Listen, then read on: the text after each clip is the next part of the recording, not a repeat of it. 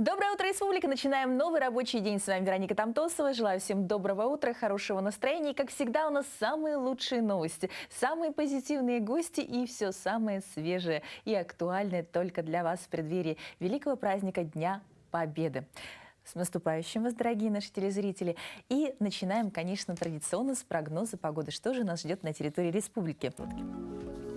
В центральных районах сегодня -1 плюс 13, в Заречье от 2 градусов мороза до 13 градусов тепла, в южных от 0 до плюс 10. В Вилюйской группе сегодня выше 0 1,9 градусов, в Нижнеленских -3 плюс 8, в западных от -2 до плюс 7, в Колымо-Индигирской группе Улусов от -10 до плюс 8, в Янских 9 градусов мороза плюс 2 днем. На северо-западе температура ниже 0 13,1 градус.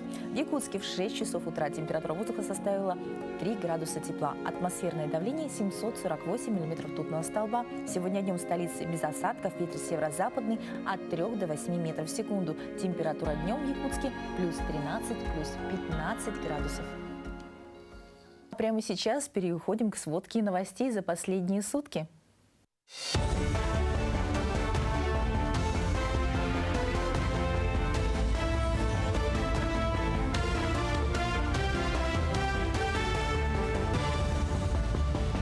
Доброе утро, коллеги. Далее блок новостей. Паромную переправу из Якутска в Нижний Бестях откроют в 20-х числах мая. Об этом рассказал руководитель управляющей компании «Паромы Якутии» Николай Ефимов. По его словам, в 2023 году паромы по данному маршруту начали курсировать с 22 мая, в прошлом году с 26-го. В этом же году гидрологи обещают раннее вскрытие реки у Якутска. Как только лед пройдет, паромы начнут свою работу. Медики Якутии традиционно продолжают акцию «Здравпобеда», посвященную 80-летию победы в Великой Отечественной войне. На постоянном медицинском сопровождении находятся 23 ветерана. В их числе 9 участников Великой Отечественной, 11 жителей блокадного Ленинграда и 3 бывших узника концлагерей. Для них проводятся профилактические обследования, диагностика, диспансеризация, лечение и реабилитация.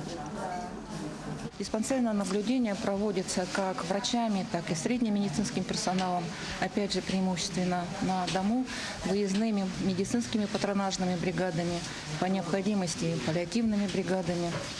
Все эти мероприятия направлены на увеличение продолжительности жизни и улучшение качества жизни наших ветеранов. Для нас акция «Здравпобеда» – это не только забота о ветеранах, это не только наш долг, но и честь для каждого работника здравоохранения. В преддверии Дня Победы в детском учреждении «Алмазик» Вилюйского района состоялся масштабный фестиваль оркестра, в котором приняли участие более 130 воспитанников детских садов Вилюйского района. Дети играли на ложках, на бубнах, ксилофонах, барабанах и других инструментах, демонстрируя слаженность и артистизм. В военной форме воспитанники трогательно исполнили легендарные песни «Катюша», «День Победы», «Смуглянка». Организатором конкурса является коллектив детского сада. Из 10 дошкольных учреждений Улуса приняли участие 130 детей. Мы считаем, что это мероприятие имеет глубокий воспитательный смысл, потому что мы должны привить детям любовь к родине. Это история наша, какой ценой была одержана победа, сколько жизней унесла война. И наши дети в патриотическом духе исполняют музыкальные произведения, уже проникаясь любовью к своей родине. Первые органические лимоны стали доступны на российском рынке. Сертификат соответствия получила компания из ЮАР. В Национальном институте развития качества отметили, что сертификация была проведена по заказу Азбуки вкуса. Теперь на полках сети магазинов можно найти лимоны, отвечающие экологическим стандартам. Сам стандарт гарантирует, что продукция была произведена без использования синтетических удобрений, пестицидов и ГМО. В Роскачестве, в свою очередь, добавили, что в настоящее время по российскому органическому стандарту сертифицировано всего 4 производителя с африканского континента. 2 компании из Туниса, которые производят оливковое масло и оливки, 1 из Кении, которая специализируется на авокадо, и последней стала компания по производству лимонов.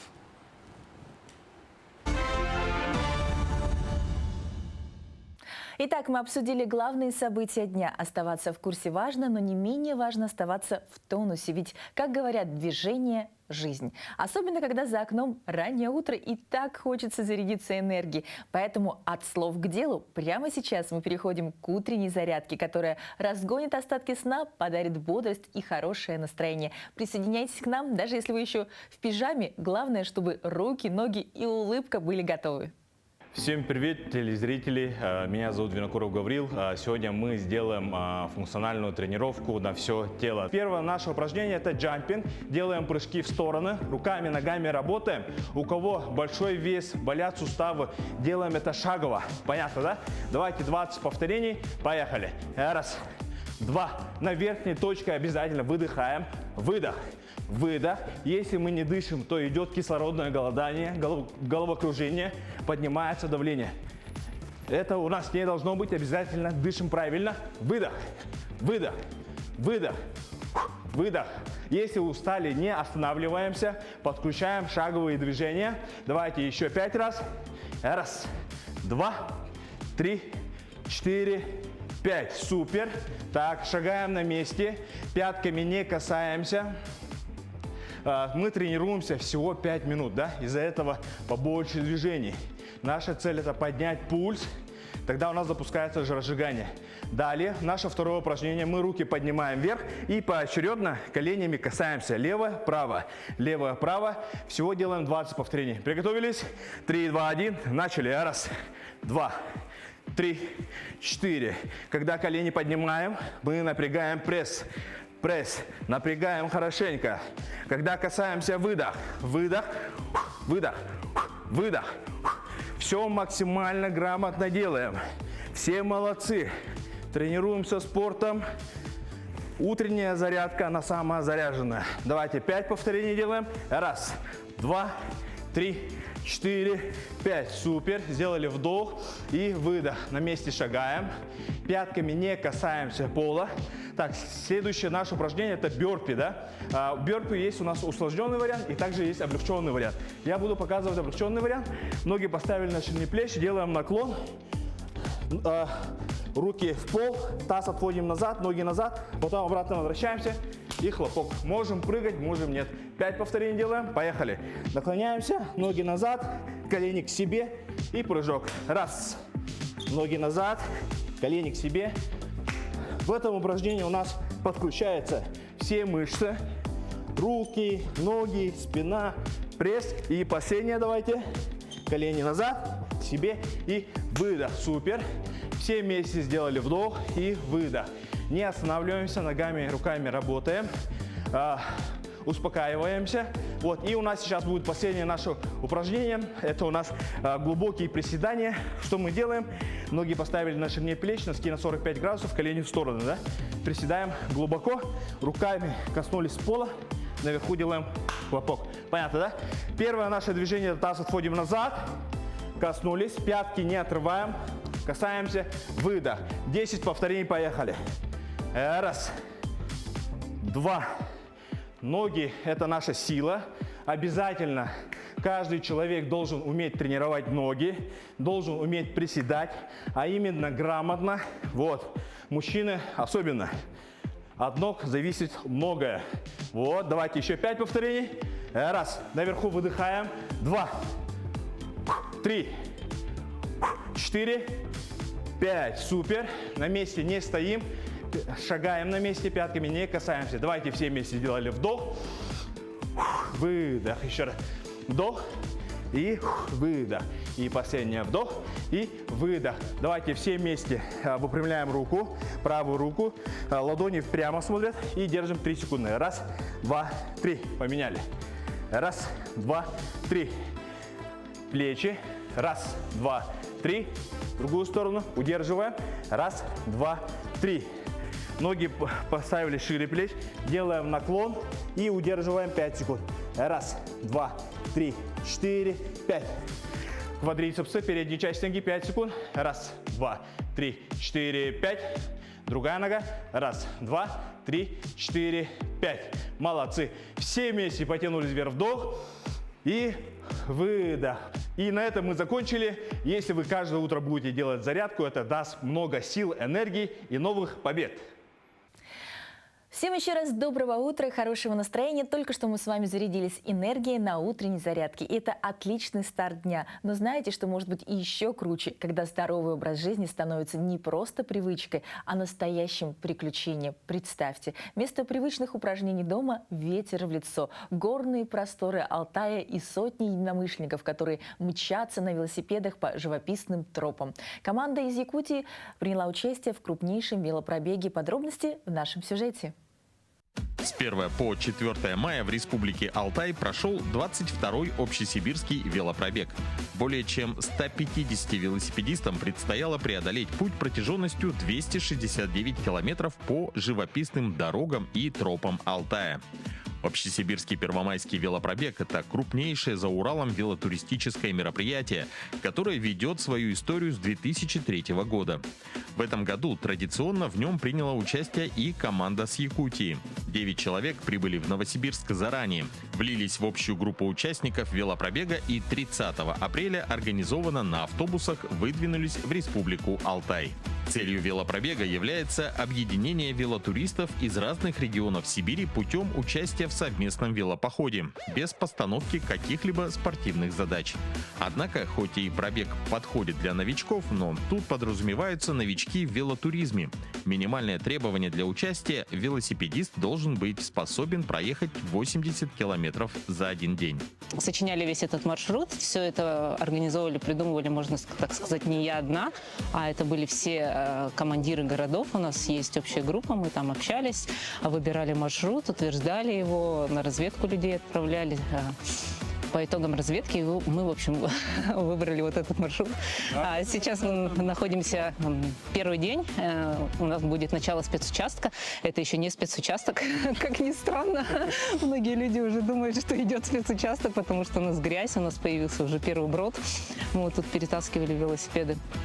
Вот. А сейчас уже за поворотом у нас начнется подъем, на котором уже не будет дороги, и вот это вот и называется спецучастком. Да, так получилось, что самый сложный день первый. Он, в принципе, самый сложный, потому что мы все, в основном, большая часть эту ночь провели в автобусе, в неудобном положении, все спали, никто не выспался. Поспим через 4 дня дома. Надо отметить высокую организацию велопробега. Трансфер, перевозка велосипедов до места старта и обратно, оборудование лагеря со всеми требованиями по экологии и пожаробезопасности и даже организация конкурсной и досуговой части для велотуристов. Для меня, как участника велопробега и новичка в велотуризме, были самыми сложными первый день и завершающий. Да, на подъеме в гору тут кое-что придумал. Вот эта тесемка сначала была сзади, привязанная за велоштаны. Сейчас я ее привязал к ручке велоштанов. Тут надеваем и вперед. Гораздо легче получается. Надо отметить, что общий набор высоты составлял 3500 метров. В первый день на спецучастке велосипеды порой приходилось нести практически на себе. Ну а на завершающий 4-й день у меня от непривычки начали болеть руки. Но все это нивелировалось прекрасными видами природы и новыми впечатлениями. Наш коллега Евгений Никифоров был руководителем группы из города Якутска. Под его чутким руководством был организован не только пробный выезд еще в городе Якутске, но и составлено меню на каждый день велопробега. Все продукты были закуплены заранее и распределены между участниками группы. А благодаря умению Петра, нашего походного шеф-повара, каждый прием пищи был практически неотличим от домашней кухни.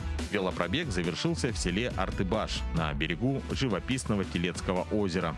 Более подробно о нашем участии в общесибирском велопробеге смотрите в ближайших выпусках передачи «Испытано на себе» на телеканале Якутия-24.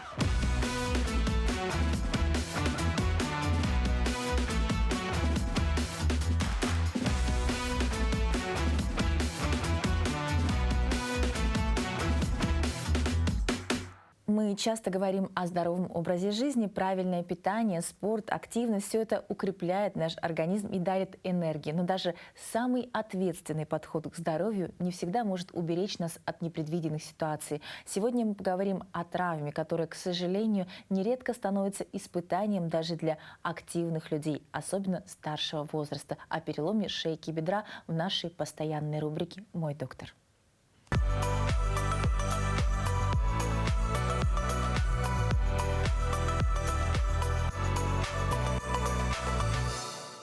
Доброе утро. Перелом шейки бедра. Причин, по которым этот вид травмы все чаще поражает людей еще совсем не старых, множество. Рацион, в котором отсутствуют богатые кальцием продукты, овощи и фрукты, преобладает фастфуд, сидячий образ жизни, нет адекватных физических нагрузок, все это подтачивает наш каркас. В результате страдает костная и мышечная ткань, а также ткани суставов, а там и до перелома недалеко. Механизм травмы тазобедренного сустава обычно простой. Упал, ударился боком, встать самостоятельно уже не смог. У пожилых малоподвижных людей перелом может случиться даже без падения. Травма обычно происходит во время ходьбы, когда пациент вдруг ощущает острую боль в суставе. В отличие от остальных видов переломов тазобедренной области, которые обычно срастаются, шейка бедра восстанавливается очень плохо, так как у нее другая анатомия кровоснабжения. Особенно часто тяжелые осложнения случаются в пожилом возрасте, когда страдает процесс восстановления тканей. В случае перелома шейки бедра врачи предпочитают делать операцию. У молодых операции, как правило, приводят к сокращению кости и возвращению к нормальной жизни. Однако после операции требуется длительный восстановительный период – массажи, гимнастика, тренировки в ходьбе. У пожилых, к сожалению, даже операция помогает далеко не всегда. Сохранение подвижности в любом возрасте, в том числе пожилом, залог минимизации подобных травм. Движение – жизнь. Лечебная физкультура, гимнастика, а также правильное полноценное питание – бесспорно ключ к долголетию. Для профилактики перелома шейки бедра людям старшего и среднего возраста рекомендуется ходить ежедневно не менее 10 тысяч шагов. А вот злоупотреблять бегом и особенно прыжками на батуте не следует. Эти виды спорта травматологи называют убийцами суставов. Следить за массой тела, выполнять упражнения на тренажерах, направленные на уменьшение жировой ткани и увеличение мышечной массы в зоне тазобедренного сустава.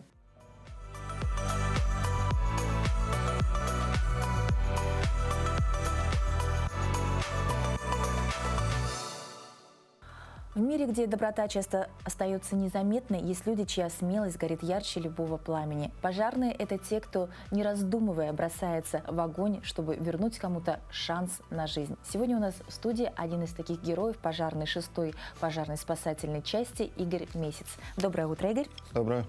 Ну, тема очень серьезная. Вообще, как вы выбрали эту профессию? Выбрал профессию. Просто хотел помогать людям. С детства? Да, с детства. То есть вы из тех мальчиков, которые играют пожарных и уже в каске? Получается, да. Ну, что вас больше всего привлекло, когда вы начинали, когда вы только поступили на обучение? Хочу сказать об этой профессии вообще. Она требует жертвенности, преданности делу.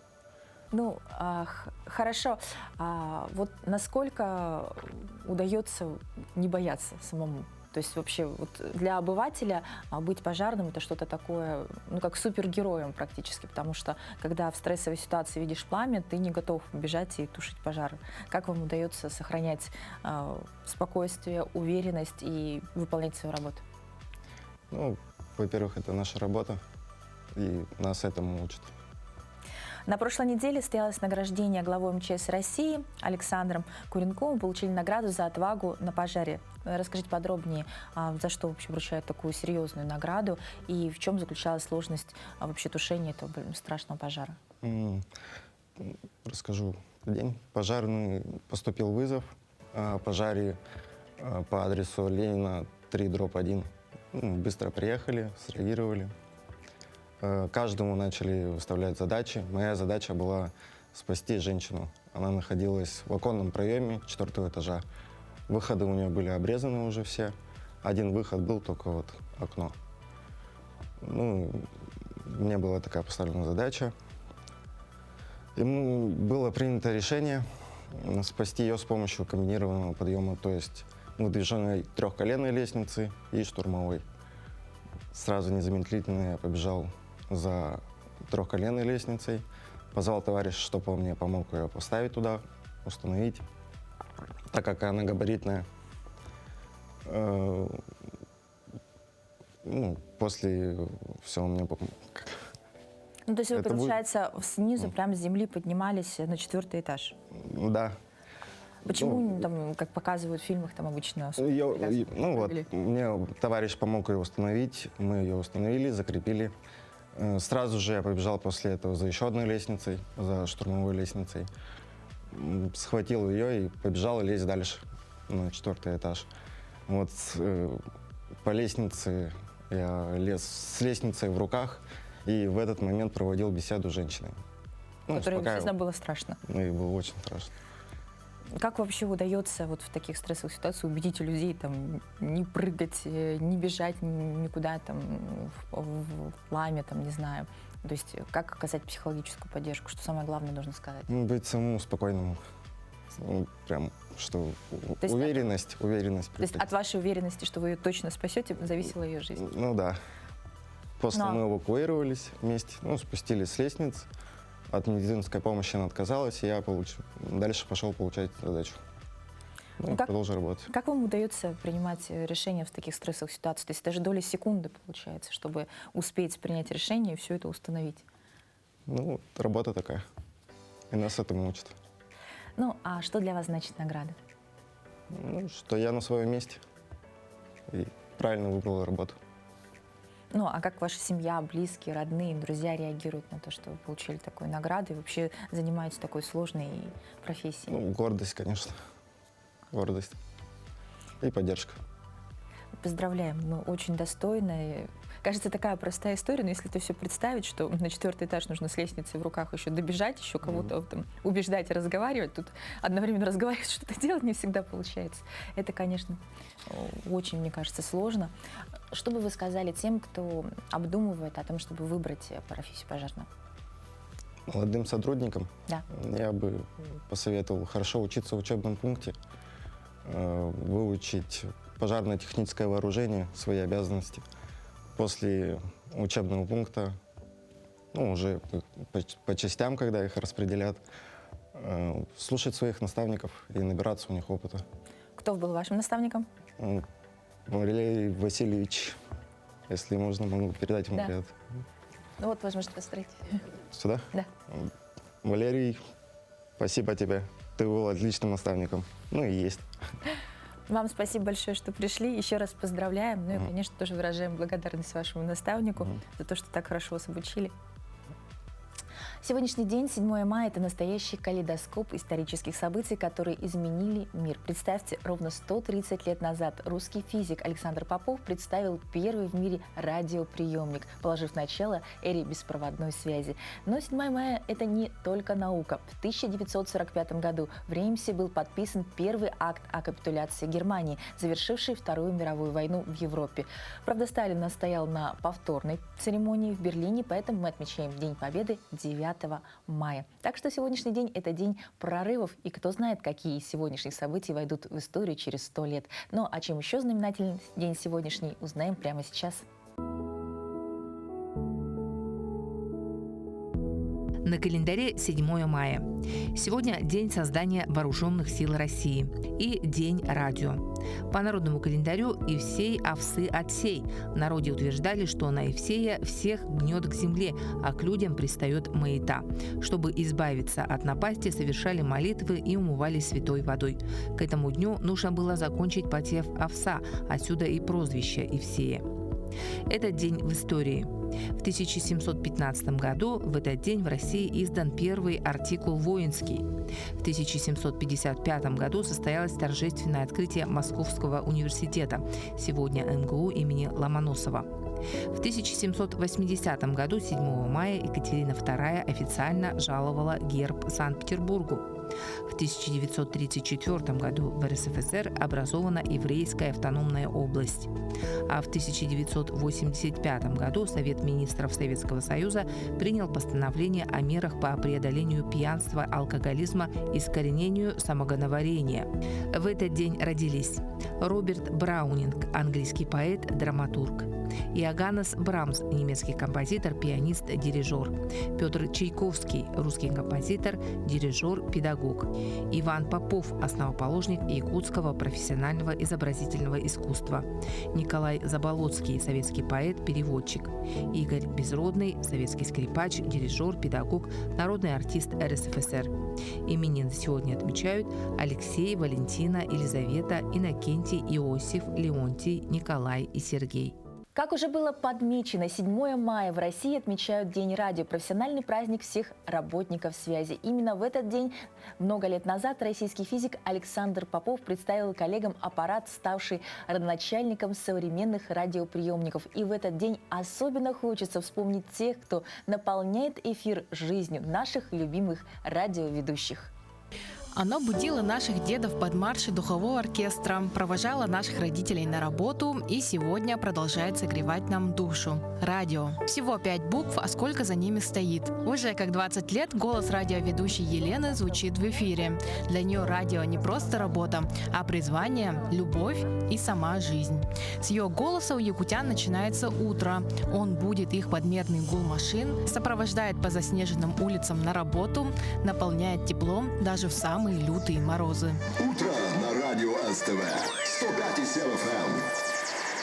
Доброе утро, друзья! У микрофона Елена Китова, так зовут меня. Я надеюсь, что в прекрасной компании мы сегодня проведем совместно это утро. Ее путь к микрофону начался с дерзкой мечты.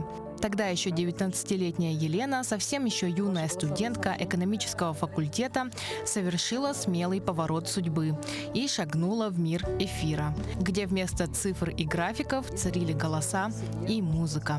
Как-то у меня появилось такое чувство, что радио — это мое. И надо было попробовать. Я принесла свой сценарий директору радиостанции «Рим» на тот момент, и он пригласил меня записать программу. Первая программа вышла.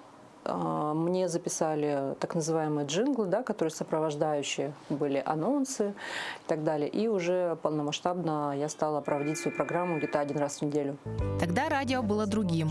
Виниловые пластинки, катушечные магнитофоны. Мы сейчас пользуемся уже совершенно другими программами. Если раньше все выводилось в эфир вручную, то есть нужно было перемотать кассету, бывало такое, что карандашом, да, ее перематывали на нужную песню, вытащил, перемотка сломалась, например, карандашом, там кто-то быстренько мотает, да, вот. А также с дисками, то есть диск проиграл, ты его опять там тычешь на эти кнопки, чтобы он заново заиграл, или переставляешь следующую композицию, либо нужно, пока ты говоришь, одновременно вытащить диск, вставить другой и запустить какую-то песню. Но одно остается неизменным. Голос Елены по-прежнему встречает рассвет вместе со слушателями, сопровождает в пробках и скрашивает вечерние часы.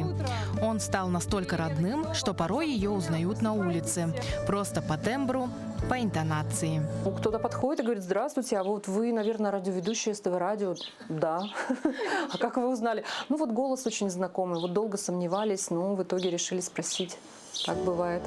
Радиоведущие – это психологи, актеры и друзья в одном лице. Они умеют чувствовать аудиторию, даже не видя ее. А для миллионов водителей радио – лучший антидепрессант в пути. Как говорит постоянная радиослушательница Мария, которая уже несколько лет начинает свой маршрут с любимой волны, это как утренний кофе и витамины бодрости, только бесплатно и с душой. Я слушаю радио каждый день, в основном это с утра, по пути на работу. Самый мой любимый диджей по выходным — это дядя Ваня. Вы классные. Спасибо, что поднимаете настроение, дарите нам позитив. Радио – это не волны и не аппаратура. Это живой организм, который связывает в одну большую семью совершенно разных людей. От таксиста до домохозяйки, от студента до пенсионера. И за всем этим стоят они, ведущие. Те, кто каждое утро приходит в студию, чтобы сделать наш день чуть светлее. Илана Захарова, Джулустан Иннокентьев, Якутск. Если задуматься, история вокруг нас говорит с нами не только через эфир. Прогуляйтесь по улицам города. Каждая из них может стать настоящим живым эфиром прошлого. Ведь за названием скрываются имена героев, ученых, творцов, чьи подвиги и открытия изменили мир. Знать их значит не просто помнить историю, а буквально шагать по ней каждый день. Так давайте же вслушиваться в голоса улиц. Ведь за каждым именем стоит судьба, которая заслуживает, чтобы о ней говорили. Улица Каландаришвили находится в сердце Якутска и хранит память о разных эпохах. Изначально она носила имя Соборный из-за того, что здесь находился Якутский кафедральный собор, но в народе ее называли Губернаторской, так как тут находился дом губернатора. Но в 1914 году ей дали имя Ивана Крафта, уважаемого гражданина и губернатора. Но после революции в 1917 году ей присвоили имя Нестора Каландаришвили, революционера и участника гражданской войны. Хоть и старинных зданий здесь и не осталось, но дух истории здесь остается. Улица Каландаришвили является одной из основных улиц города Якутска протяженностью 800 метров. Здесь работают школа номер 31, студенческие общежития СВФУ, бассейн Долгун и комбинат питания СРГЛЭХ. Улица Каландаришвили окружена жилыми домами, магазинами и кафе. В ней всегда кипит жизнь. Ее ритм задают школьники и студенты. Мне было очень интересно изучать историю улицы Каландаришвили, как она меняла название, застала разные эпохи и как она до сих пор остается важной частью жизни Якутска. Гражданско-патриотическое движение «Бессмертный полк» России расширяет возможности участия в ежегодной патриотической акции. Теперь участие в ней можно принять не только самого 9 мая, пройдя вместе с колонной, но и задолго до юбилейной даты, распечатав, например, портрет родственника ветерана или героя на футболке или повесив портрет на стекло автомобиля. О том, какие еще форматы участия в патриотической акции существуют, в материале «Утро Якутии». Традиционное шествие бессмертного полка расширяет свои границы. Как известно, в этом году отмечается большой юбилей Великой Победы.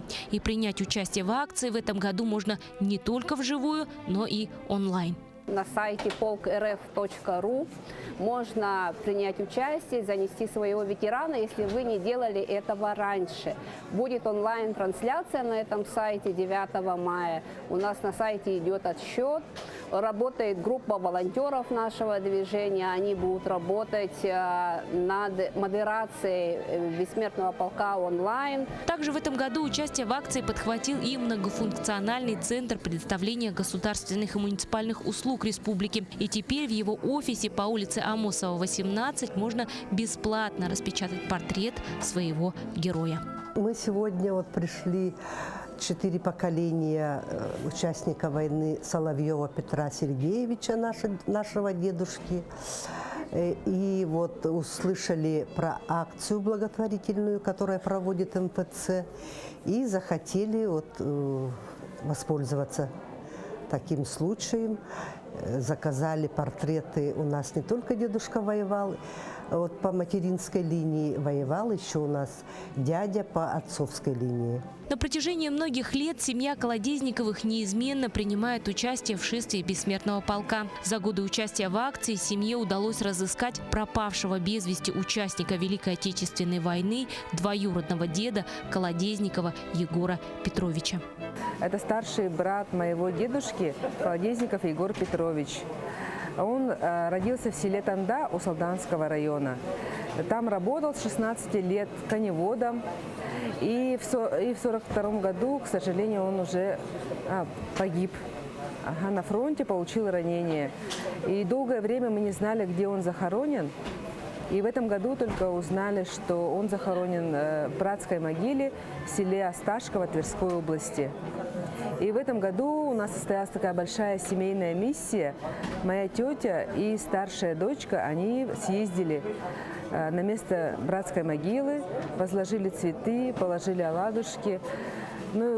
Символически случилось воссоединение семьи. Он был кавалеристом. Память о нем будет всегда, его подвиг мы помним, хотя мы его лично не знали. Но наша это родная кровь. Организаторы движения «Бессмертный полк» также предлагают желающим прикрепить фотографии своих родных героев Великой Отечественной войны на стекле личного или служебного автотранспорта или распечатать на одежде. На предприятиях, в школах, детских садах и общественных местах будут организованы стены памяти, к которым можно принести фотографии и почтить память своего героя. Движение «Бессмертный полк России», оно в этом году очень большое, оно народное. Каждый регион проводит уже в своем формате. Форматов очень много в этом году. Во всех 89 регионах страны пройдут акции «Бессмертного полка». И, конечно, у нас будет традиционное шествие. В последний раз здесь, в Якутске, у нас проводилось в 2022 году. И вот в этом году у нас в юбилей будет традиционное шествие. Мы все пройдем вместе, плечом к плечу, с портретами наших дедов. В день проведения шествия будут работать 3 контрольно-пропускных пункта. Со стороны 202-го микрорайона по улице Сорна-Амулона, проспект Ленина 1 и по улице Ярославского возле музея политической ссылки. Надежда Кузнецова, Владимир Павлов, Якутск. К 80-летию Великой Победы Национальный центр аудиовизуального наследия Республики Саха-Якутия приготовил необычный спецпоказ «Кинотеатр Победы». 9 мая на площади Победы Центр развернет специальный кинопавильон, где горожане могут увидеть редкие кадры кинохроники. Среди документальных фильмов новая находка архивистов этого года.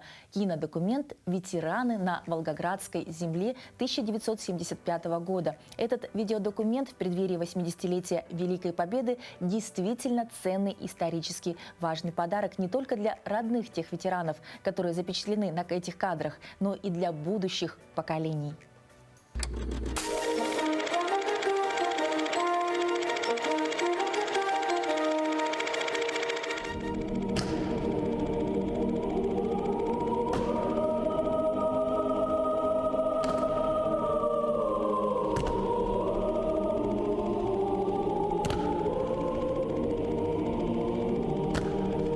Здравствуйте, меня зовут Ирина Григорьева, я ведущий археограф Национального центра аудиовизуального наследия народов Республики Саха-Якутия. Наш центр постоянно занимается поиском уникальных видеодокументов, связанных с историей Великой Отечественной войны.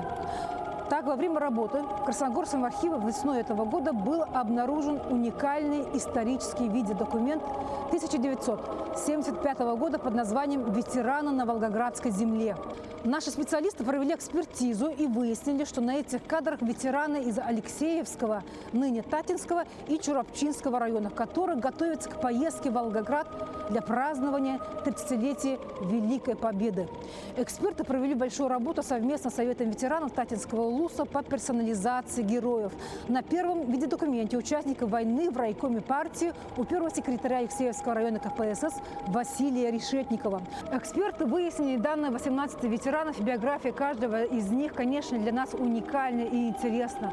Большинство из этих ветеранов были призваны в начале войны 1941 года. Например, Петр Михайлович Колодесников, учитель Усть-Татинской средней школы, участвовал в боях за освобождение Украины, Венгрии, Австралии, Чехословакии, награжден орденом славы 3-й степени, орденом Отечественной войны 1-й степени, за взятие Будапешта, за освобождение Праги, за победу над Германией. Далее на кадрах родственники, возможно, узнают своего деда Ефима Дмитриевича Слепцова, бухгалтера села Черкёх, который воевал в составе 101-го гвардейского стрелкового полка на Сталинградском фронте.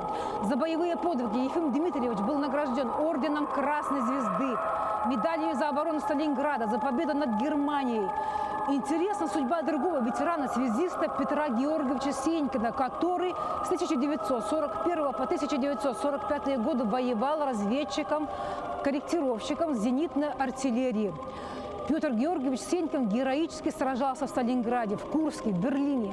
Победу встретил ветеран в Германии. А здесь второй видеодокумент, где делегация из Якутии прибыла в Волгоград для посещения мемориального комплекса на Мамаевом кургане. Татинцы и чурапчинцы, построившись в колонны, идут по площади героев, а здесь остановились на площади скорби. Эти безмолвные кадры очень эмоциональны. Лица ветеранов сурово, но воспоминания бьют набат. Вспоминают фронтовых товарищей, которые навсегда остались в братских могилах.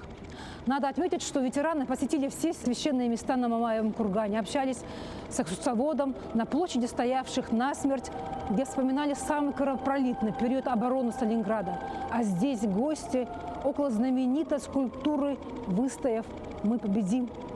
Минута молчания ветераны вспоминают всех якутян, которые полегли на поле сражений на Мамаевом кургане здесь, около вечного огня, в зале воинской славы, где на стенах 34 траурных знамени, на которых выгравировано 7200 имен, списки погибших в битве за город Сталинград.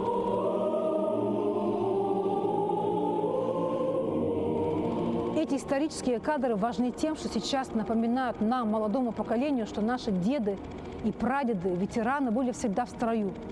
Ведь даже в преклонном возрасте наши ветераны со всей Якутии при каждой возможности, пока позволяло здоровье, ездили 9 мая на парад Победы. Посещали легендарные города-герои Ленинград, Минск, Смоленск, Ржев и город-герой Волгоград. Вспоминая тех, кто остался навсегда в братских могилах и отдавали честь.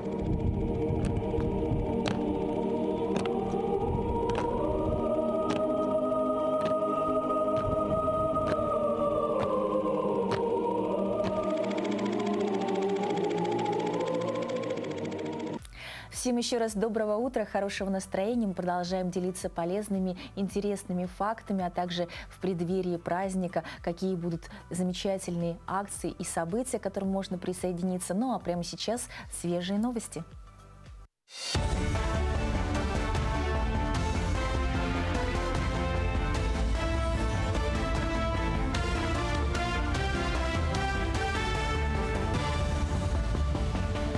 Мы продолжаем рассказывать о самых заметных событиях в республике, стране и мире.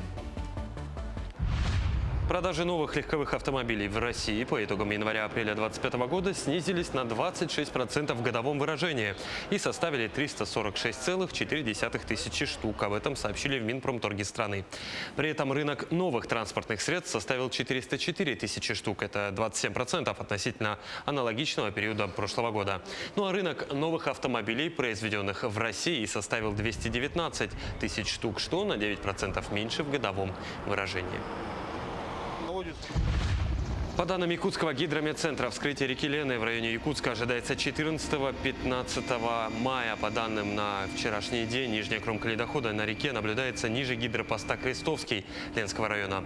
У населенного пункта Хамра наблюдались подвижки. Протяженность ледохода составляла 120 километров. Ну а 7-11 мая ледоход ожидается на участке Ленск-Алекминск, что на 3-5 суток раньше среднегодовых наблюдений. На реке Алекма у гидропоста Джикимда вечером 5 мая начался густой ледоход. На реке Чара у гидропоста Тока подвижки льда. На реке Тяня у села Тяня наблюдается редкий ледоход. Уровни воды в пределах нормы. На реке Алдан наблюдается средний ледоход у населенного пункта Эльдикан, Кюпсы, Усть-Майского района. У гидропоста Охотский перевоз на границе Тампонского района наблюдаются подвижки льда. На реке Амга вскрытие наблюдается в пределах Чураптинского улуса. У села Харбалах уровень воды составил 441 сантиметр. В рамках проекта «Вторник. День здоровья» физкультурно-оздоровительную акцию «Зарядка Победы» провели в Верхневилюйске. Зарядку провел инструктор-методист Николай Сафронов. Участие в ней приняли множество трудовых коллективов и члены разных общественных организаций. Сама зарядка отличалась тем, что вместо обычных комплексов упражнений все попробовали сделать армейскую зарядку. Далее в этом году мы учредили новый знак по распоряжению главы района Валерия Валерьевича Николаева, почетный ветеран Верхневилюйского района. И одним из первых будут награждены ветераны тыла, вдовы участников Великой Отечественной войны. Всего у нас 29 ветеранов тыла и вдовы участников Великой Отечественной войны. Завтра у нас 7 мая учрежден по распоряжению главы района День героев Верхневилюйского района. Мы гордимся нашими 3 героями Советского Союза и социалистического труда, уроженцев Верхневилюйского района. На этой неделе завершается финальная стадия отбора в республиканскую программу «Якутия. Земля героев». До 8 мая для 293 кандидатов, участников специальной военной операции, пройдут последние собеседования в очном и онлайн-форматах. При этом только 25 человек получат возможность пройти подготовку с последующим трудоустройством на государственную или муниципальную службу в Якутии. Имена будущих управленцев станут известны в июне.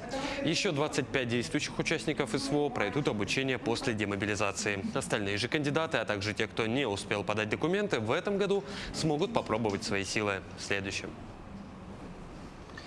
На этом все. Хорошего дня и оставайтесь на нашем телеканале.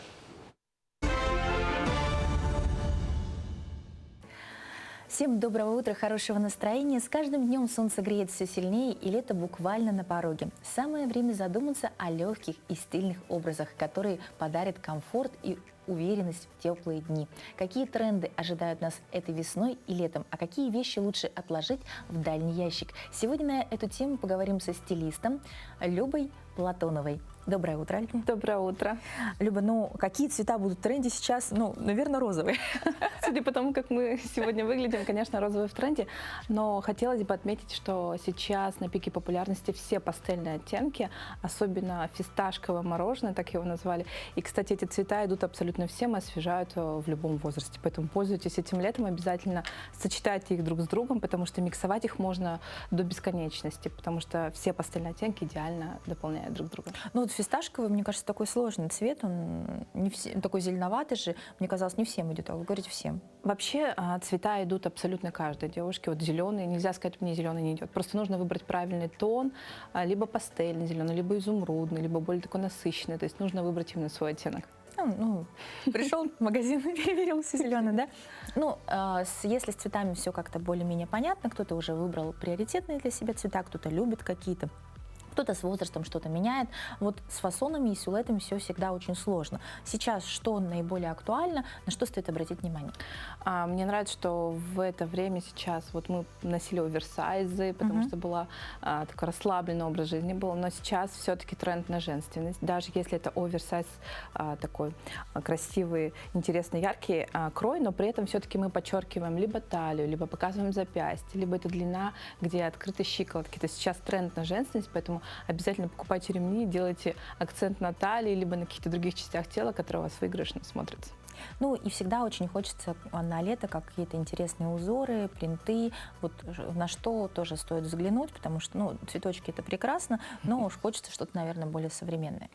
Кстати, вот вроде бы современное, но мы сейчас на том отрезке времени, когда актуально именно ретро принты, которые как из бабушкиного сундука, все та эстетика, поэтому мы можем заглянуть в гардероб нашей бабушки, и, может быть, даже из прабабушки, если все это сохранилось, либо купить что-то такое на винтажных каких-то рынках, либо же под эту эстетику. То есть горошек опять в тренде? Горошек всегда в тренде, леопардовые принты, зебра в тренде, но просто есть какой-то год, который именно вот этот принт в 2024 году более актуальный.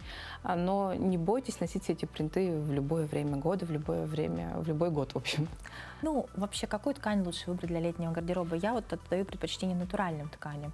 А что сейчас актуально? Вообще это правильно, потому что сейчас тренд еще и на комфорт, личный комфорт. То есть человеку должно быть максимально приятно в этом находиться, комфортно, не должно быть никакого стеснения. Тем более у нас лето в Якутске всегда такое достаточно жаркое, поэтому все-таки выбирайте, как вы сказали, натуральные ткани, лен, хлопок и остальные. Ну, с годами вещи носишь более бережно, поэтому они сохраняются достаточно долго, но хочется все равно гардероб дополнить чем-то интересным. Какие 3 вещи нужно обязательно купить в этом году? Обязательно покупайте платья именно в пастельных оттенках, такие максимально нежные, либо принцессовские, все то, что именно вам идет. Выбирайте либо рюши, может быть, с добавлением кружева. Вся эта вот эстетика, как будто мы пьем чай в 5 часов на лужайке и наслаждаемся летом. А вторая вещь, которую бы я рекомендовала, все-таки это, наверное, базовые вещи, потому что какие бы тренды ни были, добавляйте именно базовые вещи, поэтому всегда в вашем гардеробе должны быть, мне кажется, идеально сидящие джинсы. Но если говорить про тренды, полупрозрачные такие ткани. Если не хочется, конечно, одеваться в прозрачные футболочки, выбирайте аксессуары, например, сумки, какие-нибудь платки, накидки. Именно все прозрачное, в любом цвете. Вот часто мы, планируя свой бюджет, мы приходим к такому мнению, что есть выбор. Либо купить 3 каких-то не очень дорогих вещи, но пусть достаточно добротных, хороших, но средней ценовой категории. Либо выбрать что-то вот прям трендовое, новое, свежее, но, естественно, эта цена будет более выше, да, потому что это более актуально. Как поступать вот в этом случае? Тут нужно смотреть именно на вашу ситуацию. Бывают, например, гардеробы, где женщина покупает именно временно. Например, после декрета, когда фигура еще, вот размер, можно сказать, меняется каждый месяц. Поэтому здесь я бы не стала вкладывать какие-то дорогие вещи. Можно купить недорогие, которые будут временно носить свой характер. Но если вы, например, понимаете, что это вещь, которая окупится вам в ближайшее время, есть такая формула, сколько раз за год вы наденете эту вещь, прям делите стоимость на эти выходы, и вы узнаете реальную стоимость этой вещи. Ну, то есть, чем чаще я это ношу, например, джинсы, да, тем, соответственно, стоит в них вкладываться. Конечно. Ну, очень интересно, но как составить капсульный гардероб? Вот хочется прям 10 вещей, которые я бы носила каждый день. Вообще много информации по этому поводу, но если взять такие 3 основных аспекта, первое, это, конечно же, составить соотношение низов и верхов. Например, низы, я имею в виду, это юбки, джинсы, брюки, их должно быть 30% по соотношению к верхам. Потому что если бы мы с вами каждое утро встречались здесь, и вы бы сидели, например, в этих брюках, но в этом ярко-розовом жакете, а завтра вы были бы в джинсах, в юбке, и мы бы все со зрителями подумали, что вы в одном и том же жакете каждое утро в розовом. Но, например, если бы вы меняли, остались в этих брюках, а у вас были бы тут рубашка белая завтра, а послезавтра какая-нибудь голубая красивая накидка, то мы бы уже думали, что у вас каждый раз новый наряд. Поэтому верхов должно быть больше. В капсульной теме тоже должно быть соотношение вот их 70/30. Потом нужно выбирать простой крой, какие-то базовые оттенки цвета, какой-то один цвет, который именно подходит именно вам, например, розовый. Вот вы любите, он подходит вам, вы выбираете его. А основные цвета — это белый, черный, серый, которые, опять же, не имеют температуры, идут всем и нужны в каждом гардеробе. Ну, в общем, руководствуемся тем, что у нас больше жакетов, базовые какие-то дорогие, хорошие низы, да, то есть это юбки, брюки, и более такие спокойные цвета, чтобы они подходили под любую ситуацию. И обязательно разбавляйте аксессуарами, украшения, сумки, платки, очки. Вот из аксессуаров что лучше выбрать? Ну, вот предпочтение чему вот в этом году отдать, может быть, какие-то платки особенно, потому что одно время были модные какие-то там завязочки, другое там мы палантины носили, потом шарфы, да, там крупной вязки, даже на лето там какие-то. Да, что сейчас вот наиболее актуально? Сейчас бы я выделила галстуки, мы забрали их опять снова у мужчин, и мы носим их не как мужчины на рубашке, не только так, да, но и мы можем носить их как пояс, как накидку, декорировать их брошами. Броши, кстати, сейчас опять снова на пике популярности, их можно носить как и одну, так и целые по 10-20 штучек, и в неожиданных местах, например, где-нибудь здесь, не обязательно только тут, это может быть на джинсиках, на обуви, то есть сейчас броши снова вернулись к нам, поэтому носите их обязательно с большим удовольствием. Ну и, конечно, последний вопрос, это что же обуть? Что обуть на лето, что сейчас модно? Ну, сейчас большое разнообразие. Я назову несколько форм. Это, конечно же, мюли. Мюли — это вот именно на плоской бывает подошве. Кстати, сейчас вернулась в моду танкетка. Если мы говорим именно о каблуках, то на танкетке вы, как женщина, поймете, более комфортнее ходить и чувствовать себя. Ну и я не нарадуюсь тому, что сейчас туфельки актуальны на небольших каблучках, буквально 2 сантиметра. Они действительно удобны, как тапочки, но при этом сохраняют такую флёр женственности. Ну, получается, на выход туфельки на маленьком каблучке, на повседневку мюли. Да. Ну, в общем-то, все звучит очень хорошо.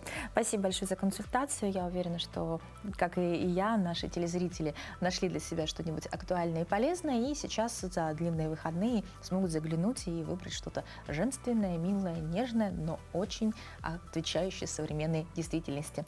Ну, мы на этом с вами прощаемся. Желаем хорошего дня, прекрасных выходных. Встретимся в понедельник с новыми новостями, свежими идеями и, как всегда, прекрасным настроением.